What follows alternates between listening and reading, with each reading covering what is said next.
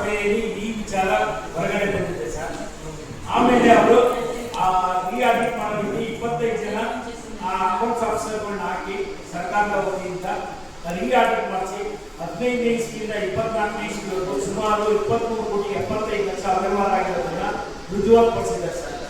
ಮತ್ತೆ ಕಲಂ 64ನೇ ವಿಚಾರಣೆಯಲ್ಲಿ ಅವರೆಲ್ಲರದು ತಪ್ಪಾಗಿದೆ ಅಂತೇಳಿ ರುಜುವಾತಾಗಿದೆ ಸರ್.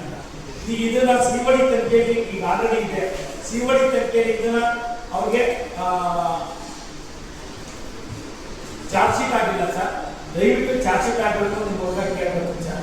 ಹಂಗೆ RCS ಆಫೀಸರು ಅವರು ಇದನ್ನ ನಮ್ಮ ಏನು ಅಹವಾಲಿದೆ ಅದನ್ನ ಮನಗಾಣಿಸಿ ಸೋಮಟ ಮಾಡ್ಕೊಂಡು ಅವ್ರ ಮೇಲೆ ಕೇಸ್ ಬುಕ್ ಮಾಡಬೇಕು ಅಂತ ಕೇಳ್ಬೇಕು ಸರ್. ಮತ್ತೆ ಅವ್ರ ಆಸ್ತಿನ ಮುಟ್ಟುಗೋಲಾಗ ರೀತಿಯಲ್ಲಿ ಮತ್ತೆ ಸರ್ಕಾರದಲ್ಲಿ ಹೈಕೋರ್ಟ್ ಇಂದ ಆ ಸ್ಟೇನ ನೆಗೆಟ್ ಮಾಡಿಸ್ಕೊಡ್ಬೇಕು ಅಂತ ನಾನು ಮನವಿ ಮಾಡ್ತೀನಿ.